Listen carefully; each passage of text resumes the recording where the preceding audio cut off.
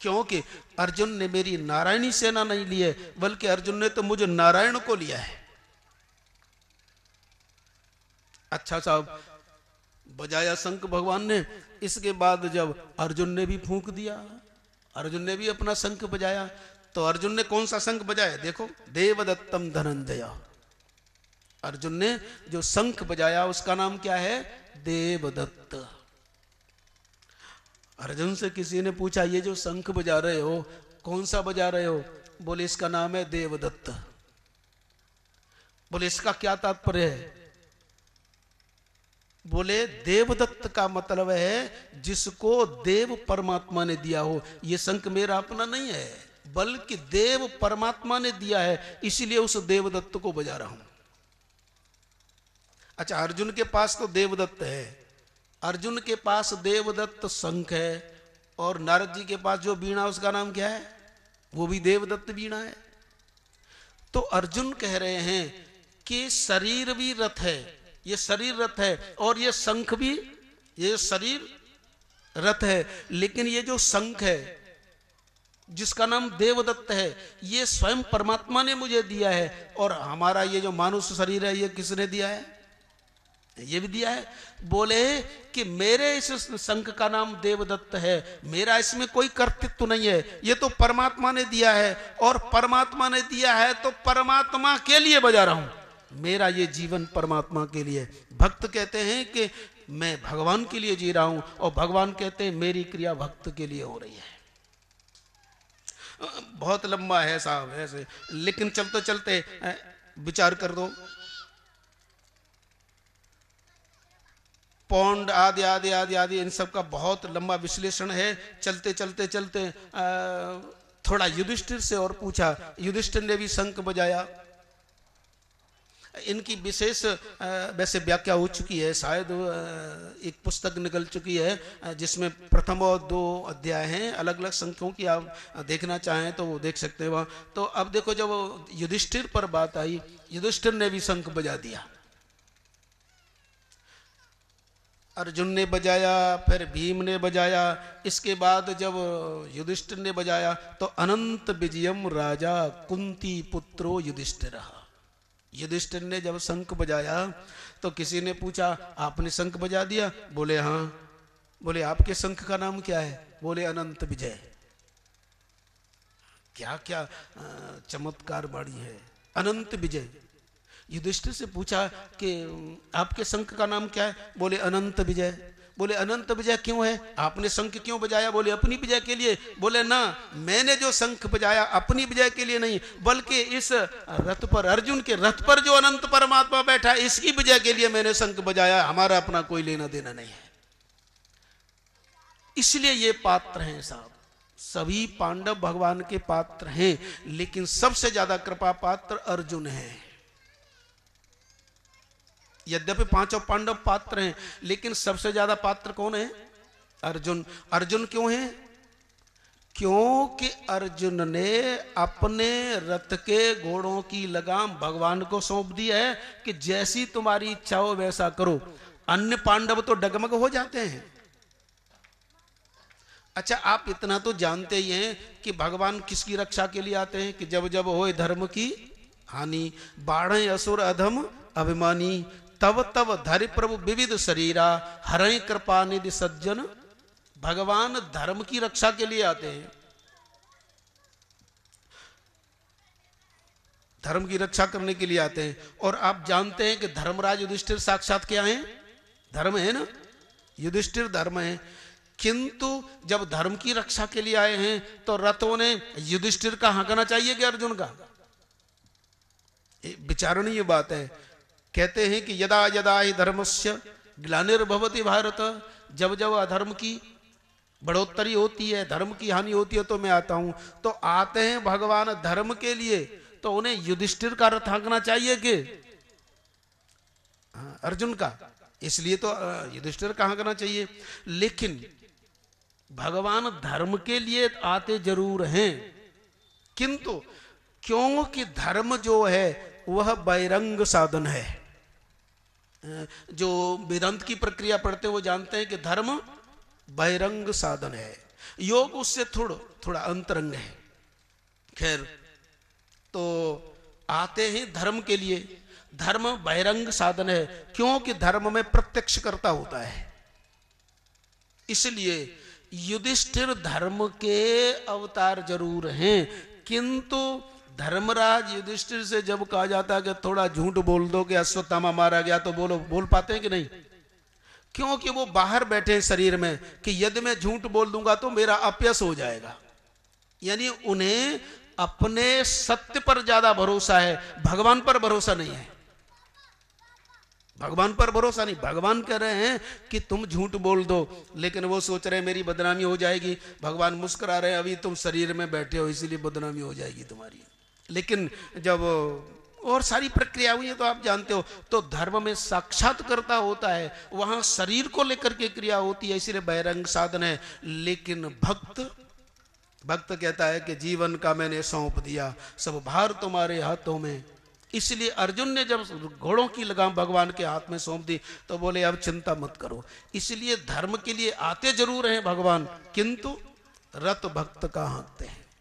इसलिए जब भगवान ने सोचा कि धर्म युधिष्ठिर हैं, धर्मात्मा युधिष्ठिर हैं, योगी भीमकर्मा वृकोदरः, भीमकर्मा बड़े बड़े क्लिष्ट करने वाले जो योगी हैं वो भीम हैं, क्योंकि योग साधना के लिए यम नियम आसन प्राणायाम प्रत्याहार धारणा समाधि ये क्लिष्ट कर्म।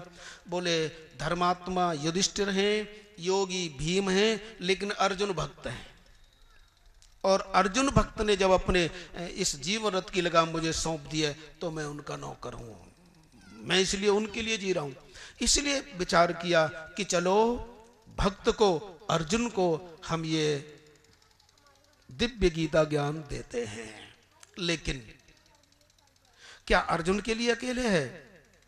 तो चलते चलते बता रहे हैं कि सर्वोपनिषदो गावो दुग्धा गोपाल नंदन पार्थो वत्स सुधीर भोक्ता दुग्धम गीता मृतम महत। क्या अर्जुन के लिए यह गीता है? तो कह रहे हैं ना, अर्जुन को निमित्त बनाया। ये जो श्रीमद् भगवत गीता जिनका हम आश्रय आज से ले रहे हैं, 28 तारीख तक लेंगे, ये क्या है कि संपूर्ण जो उपनिषद हैं वे तो गाए हैं। संपूर्ण उपनिषद आज भी करीब 108 उपनिषद हैं जो प्रकाशित हो चुकी हैं। वैसे 1109 उपनिषदों का नाम आता है, लेकिन प्रकाश में 109 उपनिषद, जिसमें 2 प्रकार की हैं, सगुण परक, निर्गुण परक और उभय परक, जो सगुण और निर्गुण दोनों तत्वों का प्रतिपादन करती हैं। खैर, तो ये संपूर्ण जो उपनिषद हैं वो गौएं हैं। गीता क्या है? उन गौओं का दूध। सर्वोपनिषदो गावो, संपूर्ण उपनिषद तो गाय हैं। और ये जो गीता है वो सभी उपनिषदों रूपी गवों का दूध है। अच्छा, इसको धोने वाला भी तो कोई होगा, तो बोले दोग्धा गोपाल नंदन, धोने वाले श्री कृष्ण हैं। लेकिन आप जानते हैं कि जब तक बछड़ा नहीं छोड़ोगे गऊ दूध नहीं छोड़ेगी, इसीलिए पहले बछड़ा होना चाहिए। बिना बछड़े के, बिना बच्चे के गऊ दूध नहीं छोड़ेगी। इसलिए बोले बछड़ा कौन है? पार्थो वत्स। बोले बछड़ा कौन है? अर्जुन। और आप जानते हो कि बछड़ा छोड़ा तो पूरा दूध पी जाता है क्या बछड़ा? वो तो थोड़ा सा गऊ के तन में दूध आया, अब तो साहब बिल्कुल नहीं छोड़ते, पड़ रहा तो चौथे दिन मर जाता है, क्यों वो जाना है वहां, फिर तो गड़बड़ी हो जाएगी। लेकिन गऊ की जब बात है तो पार्थो वत्स, जैसे ही बछड़ा गऊ के लगा, गऊ के थन में दूध आया, तो जो कुशल धोने वाले होते हैं वो जानते हैं कि अब बछड़े की तृप्ति हो गई। तो अर्जुन रूपी जो बछड़ा है उसने गऊ का दूध पिया। अब दूध बछड़ा सारा पी जाता है कि फिर पात्र में और अलग से दुआ जाता है? बछड़ा तो केवल गऊ को पिनाता है। पिनाता का मतलब आज की भाषा में कहते हैं कि वो क्या हो गई, वो दूध दूने से पहले कुछ ऐसे ही बोलते हैं। हाँ, वो मैं सुन नहीं पा रहा, कुछ जो है सो। तो बोले अब गऊ के थन में दूध आ गया, तो बछड़ा थोड़ा सा दूध पीता है, गऊ के थन में दूध आया, थोड़ा सा बछड़े ने पिया और धोने वाला कहता है कि लाओ अब पात्र लाओ धो लेते हैं। तो जैसे बछड़ा थोड़ा सा दूध पी लेता है और फिर उछलने लगता है, पुष्ट हो गया, वैसे ही गीता जो दूध है वह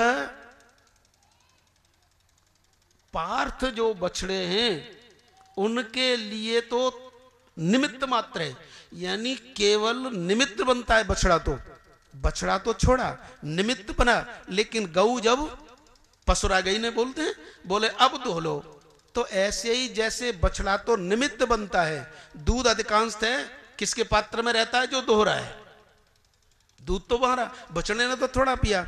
ऐसे ही ये जो गीता रूपी दूध है, अर्जुन तो उसमें केवल निमित्त बने, बल्कि अब ग्वाले के पात्र में आ गया दूध। अब ग्वाला जो है जिसने दूध दुआ है, तो अब वो दूध उसके घर रहेगा कि सबको जहां जाना है वहां जाना है। इसलिए कहने का तात्पर्य यह है कि अर्जुन बछड़े के रूप में निमित्त बने हैं, भगवान संपूर्ण उपनिषद रूपी गऊओं को धोते हैं, बछड़ा अर्जुन निमित्त बनते हैं और फिर भगवान इस दूध को धोते हैं। लेकिन अब विचार करो, अब ये दूध है कितना, तो कहते हैं दुग्ध गीतामृतम महत, ये गीता रूपी जो दूध है इतना दूध है कि लौकिक दूध दो तो थोड़ा सा ही रहेगा, कुछ लोगों की तृप्ति करेगा, लेकिन ये उपनिषदों का सार जिसको भगवान ने दुआ है, ये गीता रूपी दूध जब से दुहा गया है, अब तक दुहा गया, जाने कितनों ने पिया, लेकिन अब भी वो समाप्त नहीं होने वाला और आगे भी पीते रहेंगे तब भी समाप्त नहीं होगा। इसलिए दुग्धम महत, ये इतना है कि पीने वाले पियो। और बोले कि दोहा लिया साहब, ग्वाला ने धो लिया, लेकिन वो दूध तो बिक गया, घर तो है नहीं। अब क्या हुआ, बोले सुधीर भोक्ता। क्या गजब की बात है कि बछड़ा अर्जुन निमित्त बने हैं, भगवान श्री कृष्ण ने धोया है, और ये गीतामृत इतना है, इतना महत है कि अब इसको पीने वाले कौन हैं। मेरी समझ में आज भी जो भैंस रखते पीते तो कम है, बेचते ज्यादा है, ज्यादा यही बात है। तो सुधीर भोक्ता, बोले श्री कृष्ण इसके भोक्ता नहीं है, वो तो बांटने वाले हैं। इतना जरूर रखना, आज बेचने वाले हैं लेकिन वो बांटने वाले थे। भगवान श्री कृष्ण ने गऊ को धुआ लेकिन बेचा नहीं, लेकिन श्री कृष्ण उस दूध को धो करके बेचते नहीं, बांटते हैं। बोले बांटते रहोगे तो कितना है, बोले कितने भी पीते जाओ। बोले कितनों ने पी लिया, बोले कोई गिनती नहीं है। बोले कौन है फिर इसके पीने वाले। आजकल भैंस के दूध पीने वाले तो ज्यादा है, लेकिन गऊ का दूध, कुछ तो कहते हैं गऊ का दूध और मैं पीऊंगा, मुझे तो इसमें स्मेल आती है। तो कहते हैं सुधीर भोक्ता। बोले ये गीता का जो दूध है, इसे ऐरे गहरे नत्थु गहरे नहीं पिएंगे। भैंस का दूध पीने वाले तो बहुत मिल जाएंगे साहब, लेकिन इस उपनिषद गीता दूध को पीने वालों के लिए तो ऐसा वैसा नहीं। सुधीर भोक्ता, बोले जिसकी बुद्धि ठीक है, सुधी धी नहीं सुधी, जिसकी बुद्धि श्रेष्ठ है, जो सत्य का निर्णय करना जानती है, बोले वही इसका भोक्ता है, वही इस दूध को पीने वाला है। और आज तक इस दूध को न जाने कितने कितने सुधियों ने, ज्ञानियों ने, बल्लवाचार्य जी ने, चैतन्य महाप्रभु ने, निम्बार्काचार्य ने, शंकराचार्य ने, न जाने कितने आचार्यों ने पिया, लेकिन आज भी यह ज्यों का त्यों है, यह खत्म नहीं हुआ।